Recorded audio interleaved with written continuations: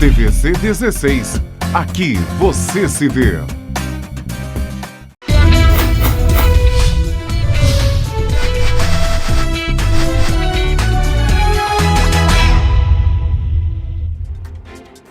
Olá, boa noite.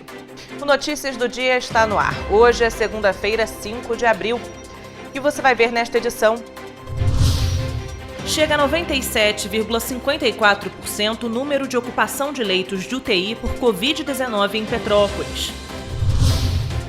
Auxílio emergencial volta a ser pago nesta terça-feira. Butantan entrega mais 1 milhão de doses de vacina contra a Covid-19. Primeiro trimestre de 2021 marca a pior fase da pandemia no Brasil. A OMS aponta que mesmo com a imunização, o número global de casos de Covid-19 subiu. Menos de 1/3 dos contribuintes enviou declaração do imposto de renda. Inscrições para o SISU começam nesta terça-feira. Instituto Casa Tricolor realiza ação solidária de Páscoa. Devoção da Diocese de Petrópolis a Nossa Senhora do Amor Divino será estendida a toda a Igreja Católica. Agora, no Notícias do Dia. O primeiro trimestre de 2021 marca a pior fase da pandemia no Brasil, com um crescimento recorde de média de casos e óbitos em decorrência da Covid-19. O cenário do colapso da saúde é a realidade atual de grande parte dos municípios do país. Pesquisas e avaliações da Fundação Oswaldo Cruz, por exemplo, já deixavam claro que medidas adotadas apenas parcialmente, prefeituras abrindo comércios e ausência de medidas coordenadas poderiam causar a pressão sobre o sistema de saúde vista hoje. Em nota técnica de dezembro de 2020, a Fiocruz apontava o fim do ciclo de interiorização, a sincronização da epidemia e as dificuldades de atendimento nos hospitais. Carlos Machado pontua que várias ações e ainda a ausência delas levaram ao cenário já esperado. Os alertas sobre as medidas de contenção e mitigação, eles estão presentes desde que nós inauguramos o observatório, mas particularmente a partir da publicação dos boletins, né, que se deu em julho de 2020. Não é? Intensificando principalmente, julho de 2020 estava no meio do momento mais crítico da pandemia, em 2020, quando passamos a publicar os boletins, mas esses alertas eles começaram a se intensificar principalmente a partir de dezembro, né, porque nós começamos a identificar nos boletins de novembro já um crescimento de casos. Nós tivemos o pico entre maio e agosto, mais ou menos, de 2020, com uma queda em setembro, outubro, novembro, estabilizou, começando a subir novamente em novembro e dezembro. Então, começamos a alertar desde lá, e a partir de lá você já vê também uma mudança nos mapas, né, naquela sequência de mapas que nós costumamos apresentar. Nesse caminho, nós lançamos dois materiais que são importantes para essa memória. Uma foi umas recomendações para os prefeitos, né, do boletim de dezembro, né, no boletim antes do último boletim do fim de ano, com um conjunto de recomendações para contenção e mitigação, porque já era muito nítido um cenário de crescimento da pandemia, e um cenário de crescimento na transmissão e no número de casos, vai resultar, posteriormente, numa pressão sobre o sistema de saúde. Então, a gente já antecipava isso.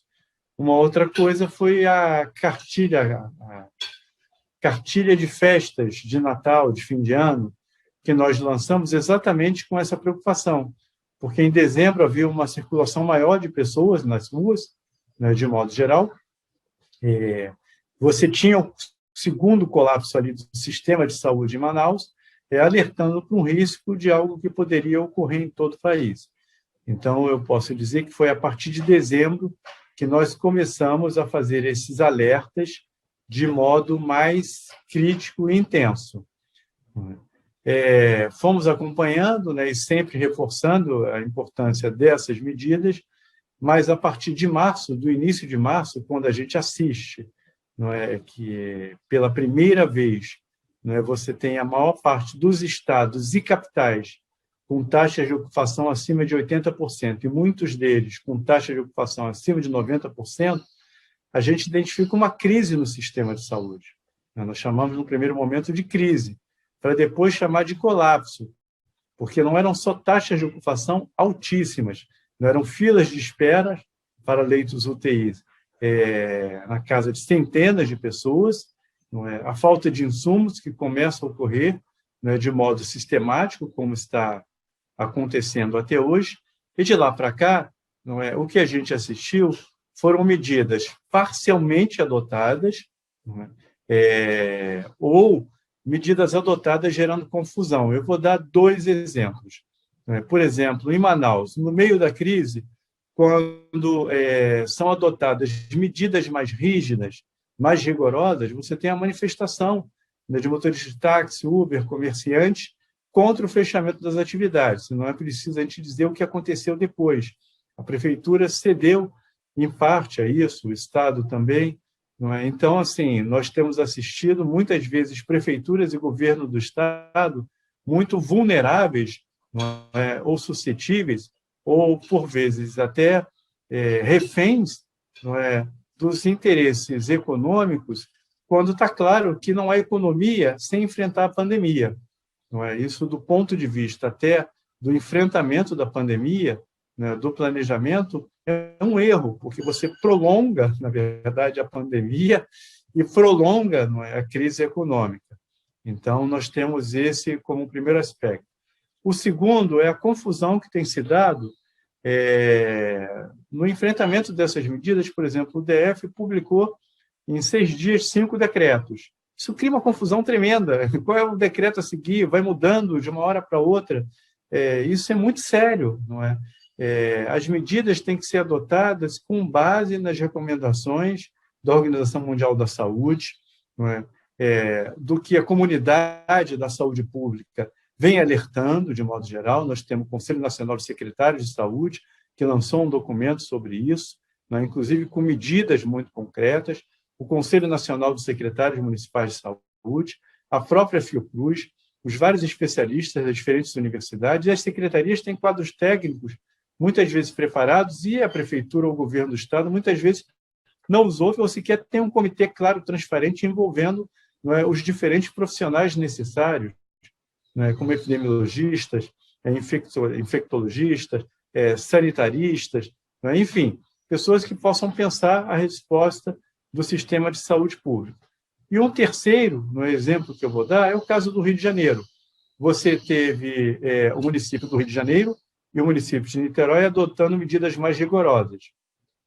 E você tem o governo do Estado não apoiando de forma firme e enfática e clara, não é, a adoção de medidas rigorosas pelo conjunto de municípios.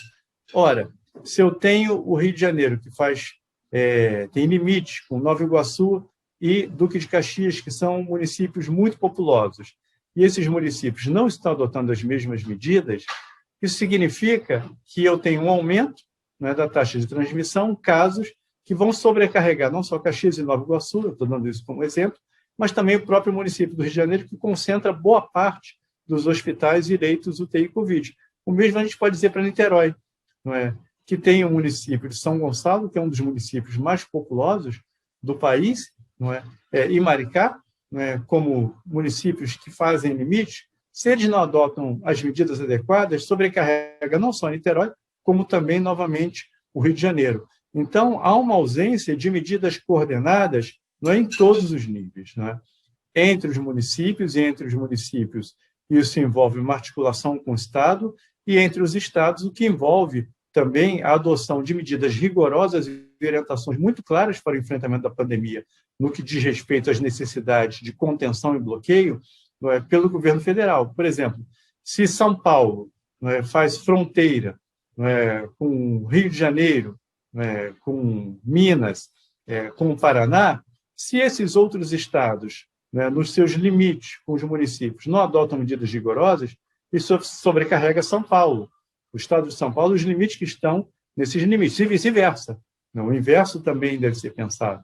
Então, assim, a ausência de medidas coordenadas, claras, integradas, contínuas e baseado no conhecimento que já existe, ninguém está inventando a roda, é um dos nossos principais limites hoje para o enfrentamento da pandemia. O boletim epidemiológico deste domingo mostrou que a ocupação de leitos clínicos pelo SUS chegou a 93,10% e a de leitos de UTI a 97,54%. Pelo menos 167 pessoas estão internadas em leitos de UTI privados e pelo SUS. Outras 201 estão em leitos clínicos, considerando leitos privados e SUS, totalizando assim 368 internações em toda a rede da cidade. Há um ano, Petrópolis tinha 32 pessoas internadas e um óbito. Há 9 meses, 74 pessoas internadas e 100 óbitos. Há 6 meses, 80 pessoas internadas e 200 óbitos. Neste 5 de abril, temos 369 pessoas internadas e 700 óbitos. Parecem números, mas são 700 vidas ceifadas pelo vírus da Covid-19. 700 famílias desoladas e muita apreensão em relação ao que virá. Para tentar diminuir o número de contágio, o governo municipal, desde o início da pandemia, tem tomado as medidas preventivas, mas todos devem colaborar para que os números de internações e óbitos caiam. Lembrando que até o fim do dia de hoje esses números podem subir. E você vai ver depois do intervalo. Auxílio emergencial volta a ser pago nesta terça-feira. OMS aponta que mesmo com imunização, o número global de casos de Covid-19 subiu. Menos de 1/3 dos contribuintes enviou declaração do imposto de renda. Notícias do dia voltam em instantes. A Móveis Pedro II está esperando por você. Estamos prontos para atender nossos clientes com a segurança que este momento exige. A loja oferece os produtos de qualidade e bom gosto que você já conhece e uma equipe pronta e preparada para oferecer o melhor, com conforto, água fresquinha e um cafezinho quentinho. Móveis Pedro II, a loja que você conhece e confia. Shopping Pedro II, no centro de Petrópolis. A Feirinha de Itaipava abriu as portas e está esperando por você. Preparamos tudo para recebê-lo com toda a segurança que este momento exige. Tudo vai passar. Mas enquanto não passa, nós estamos prontos. Estamos abertos sexta-feira, das 10 às 18 horas, sábados, domingos e feriados, das 10 às 19 horas. Venha, que a saudade é grande. Feirinha de Itaipava, esperamos por você.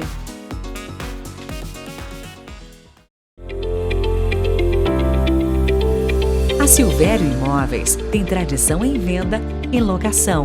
A nossa administração tem apoio do Departamento Jurídico, que garante a sua tranquilidade. Temos consultoria e legalização para facilitar todos os trâmites imobiliários. Silvério Imóveis, a chave para os seus sonhos. Venha nos visitar. A casa é sua.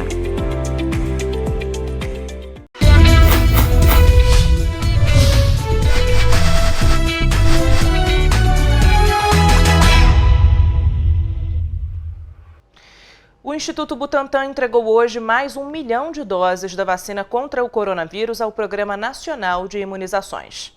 Com o lote da manhã de hoje, o Instituto forneceu um total de 37,2 milhões de doses da vacina Coronavac, desenvolvida em parceria com o laboratório chinês Sinovac, para serem distribuídas em todo o país. Até o fim deste mês, o Butantan deve finalizar o primeiro contrato firmado com o Ministério da Saúde para fornecimento de 46 milhões de doses do imunizante. Até o fim de agosto, devem ser fornecidas mais 54 milhões de doses ao PNI, totalizando 100 milhões de doses de Coronavac. Já foram aplicadas no estado de São Paulo 6,4 milhões de doses de vacina, sendo 1,6 milhão de segunda dose da imunização.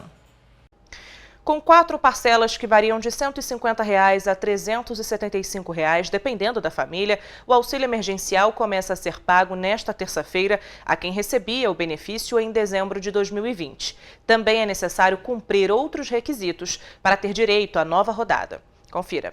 Como no ano passado, o benefício será depositado nas contas poupança digitais dos trabalhadores informais e inscritos no Cadastro Único de Programas Sociais do Governo Federal, o CadÚnico, onde poderá ser movimentado pelo aplicativo Caixa Tem. Somente de 2 a 4 semanas após o depósito, o dinheiro poderá ser sacado em espécie ou transferido para uma conta corrente. Para os beneficiários do Bolsa Família, o pagamento ocorre de forma distinta. Os inscritos no programa social podem sacar diretamente o dinheiro nos 10 últimos dias úteis de cada mês. O auxílio emergencial somente será pago quando o valor for superior ao benefício do Bolsa Família.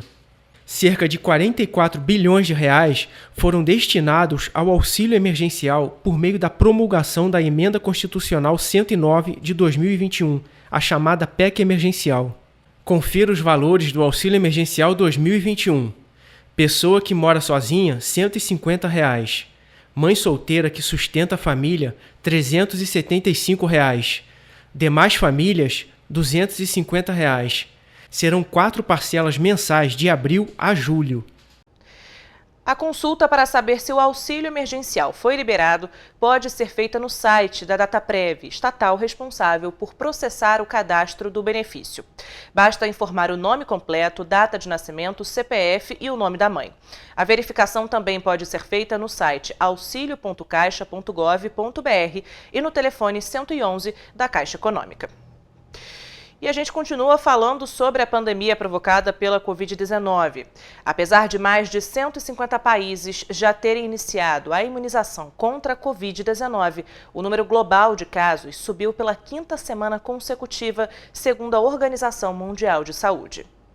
Esse cenário está associado a uma combinação de fatores, entre eles o relaxamento de medidas preventivas, ritmo lento de vacinação e a propagação de novas cepas, que são mais infectantes. Abre aspas. A vacinação por si só não substitui as medidas de saúde pública e sociais, fecha aspas, alertou recentemente o diretor regional da OMS para a Europa, Hans Kluge. Vale ressaltar que o movimento de ondas é esperado ao menos até o final da pandemia, e a imunização é essencial para reduzir isso, além da higienização, distanciamento e uso de máscaras. A menos de um mês para o fim do prazo de entrega da declaração do imposto de renda à pessoa física, pouco menos de 1/3 dos contribuintes acertou as contas com o leão. Nas 5 primeiras semanas de envio, apenas 32,4% dos contribuintes previstos para este ano entregaram o documento. O balanço foi divulgado na tarde de hoje pela Receita Federal. O prazo de entrega começou no dia 1º de março e segue até 10 para meia-noite do dia 30 de abril. Na semana passada, a Câmara dos Deputados aprovou o projeto de lei que propõe adiar a data limite para 31 de julho, por causa do agravamento da pandemia de Covid-19. O texto, no entanto, ainda precisa ser votado pelo Senado. O programa para computador está disponível na página da Receita Federal na internet. Quem perder o prazo de envio terá que pagar multa de R$ 165,74 ou 1% do imposto devido, prevalecendo o maior valor. A entrega é obrigatória para quem recebeu acima de R$ 28.559,70 em rendimentos tributáveis em 2020. Isso equivale a um salário acima de R$ 1.903,98, incluindo o 13º. Também deverá entregar a declaração quem tenha recebido rendimentos isentos acima de R$ 40 mil em 2020, quem tenha obtido ganho de capital na venda de bens ou realizou operações de qualquer tipo na Bolsa de Valores, quem tenha patrimônio acima de R$ 300 mil até 31 de dezembro do ano passado e quem optou pela isenção de imposto de venda de um imóvel residencial para a compra de um outro imóvel em até 180 dias. Pelas estimativas da Receita Federal, 60% das declarações terão restituição de imposto, 21% não terão imposto a pagar nem a restituir e 19% terão imposto a pagar. As regras para a entrega da declaração do imposto de renda foram divulgadas na semana passada pela Receita. Entre as principais novidades está a obrigatoriedade de declarar o auxílio emergencial de quem recebeu mais de R$ 22.847,76 em outros rendimentos tributáveis e a criação de 3 campos na ficha Bens e Direitos para o contribuinte informar criptomoedas e outros ativos eletrônicos. E você vai ver depois do intervalo. Inscrições para o SISU começam nesta terça-feira. Instituto Casa Tricolor realiza ação solidária de Páscoa. Devoção da Diocese de Petrópolis a Nossa Senhora do Amor Divino será estendida a toda a Igreja Católica. O Notícias do Dia volta já.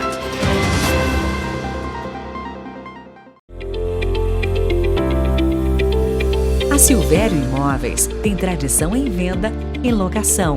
A nossa administração tem apoio do Departamento Jurídico, que garante a sua tranquilidade. Temos consultoria e legalização para facilitar todos os trâmites imobiliários. Silvério Imóveis, a chave para os seus sonhos. Venha nos visitar. A casa é sua. A Feirinha de Itaipava abriu as portas e está esperando por você.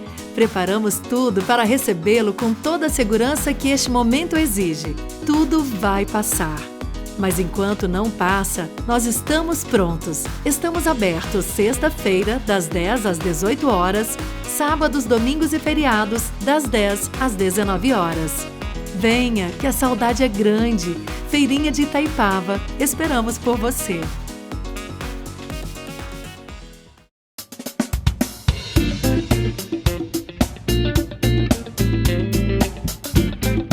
A Móveis Pedro II, que você já conhece e confia, agora está mais completa do que nunca.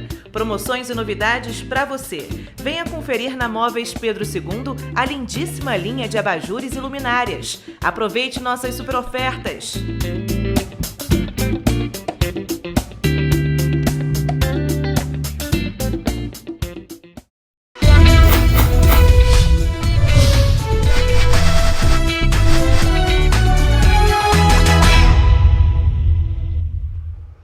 O Sistema de Seleção Unificado do Ministério da Saúde começa a receber nesta terça-feira inscrições para o primeiro semestre de 2021.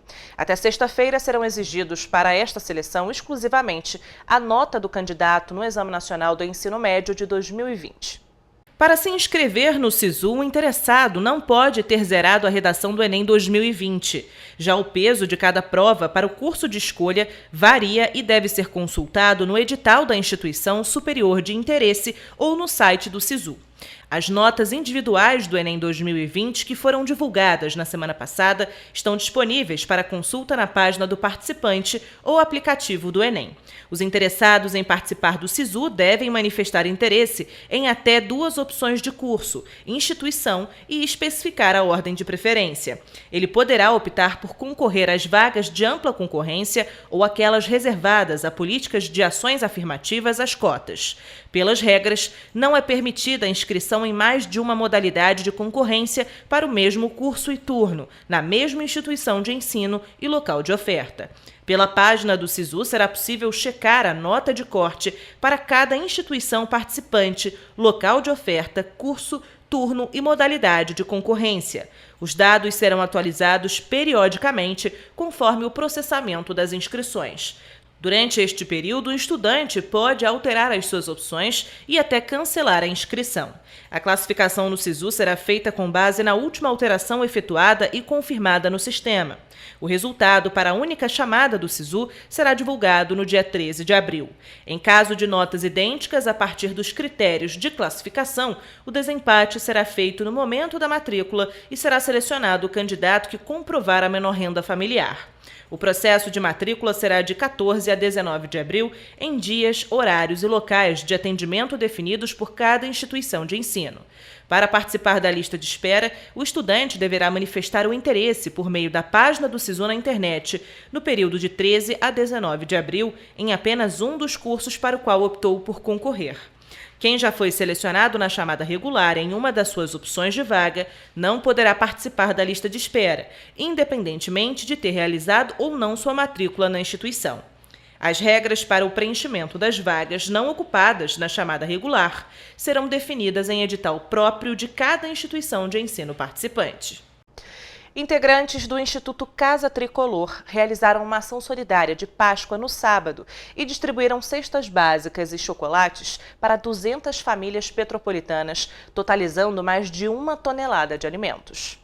O ato solidário atendeu ao projeto C3, Centro Educacional Terra Santa e Amigos da Mata, que são parceiros do Conselho Municipal dos Direitos da Criança.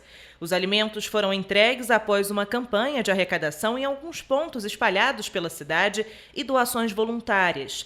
Com a ação, os integrantes do Instituto Casa Tricolor conseguiram entregar no sábado cestas básicas e chocolates para 200 famílias petropolitanas, totalizando mais de 1 tonelada de alimentos. Esta foi a terceira ação do projeto. O Instituto aguarda agora as atualizações dos decretos municipais de combate à Covid-19 para dar início às atividades culturais e esportivas nas comunidades de Petrópolis. O ICT surgiu no início da pandemia da Covid-19 em 2020, através de um grupo de amigos torcedores do Fluminense em Petrópolis, com a finalidade de apoiar e desenvolver ações para a defesa, elevação e manutenção da qualidade de vida do ser humano, principalmente crianças e adolescentes em situação de vulnerabilidade social. Na comemoração dos 75 anos de criação, a Diocese de Petrópolis ganhou um presente do Papa Francisco. A devoção diocesana à Nossa Senhora do Amor Divino será estendida a toda a Igreja Católica com a coroação pontífica da imagem. A data ainda vai ser marcada e autorizada pelo Sumo Pontífice no dia 13 de fevereiro. De acordo com o bispo Dom Gregório Paixão, esta é uma grande graça para a Igreja Diocesana e para toda a Igreja do Brasil. A coroação pontífica de Nossa Senhora do Amor Divino acontece há 270 anos da inauguração de sua primeira capela em 1751. A cerimônia é um ato no qual uma imagem de Nossa Senhora, a qual está ligada a uma importante devoção, é canonicamente coroada pelo próprio Santo Padre ou por um bispo delegado por ele, que fará todos os atos em nome e com a autoridade do Papa. A Santa Sé concedeu, dia 13 de fevereiro, essa graça histórica e milagrosa imagem de Nossa Senhora do Amor Divino, venerada no Santuário de Correias. No Brasil, segundo o assessor eclesiástico para a liturgia, algumas imagens de Nossa Senhora já receberam essa graça do Sumo Pontífice. A coroação pontifícia é o reconhecimento que o Papa faz de uma devoção mariana ligada a uma imagem venerada em uma região. Com este ato, aquele título mariano e a sua devoção ficam expandidas para todo o mundo católico. Com este reconhecimento pelo Papa Francisco, a Diocese de Petrópolis é incentivada a incrementar a devoção à Santíssima Virgem do Amor Divino, venerada na região de Petrópolis desde 1751. O anúncio da coroação pontifícia da imagem de Nossa Senhora do Amor Divino aconteceu durante a Missa do Crisma, celebrada na manhã do dia 1º de abril na Catedral São Pedro de Alcântara, quando o bispo diocesano Dom Gregório Paixão abriu as comemorações jubilares pelos 75 anos de criação da Diocese de Petrópolis. O Notícias do Dia termina aqui. Uma ótima noite para você e até amanhã.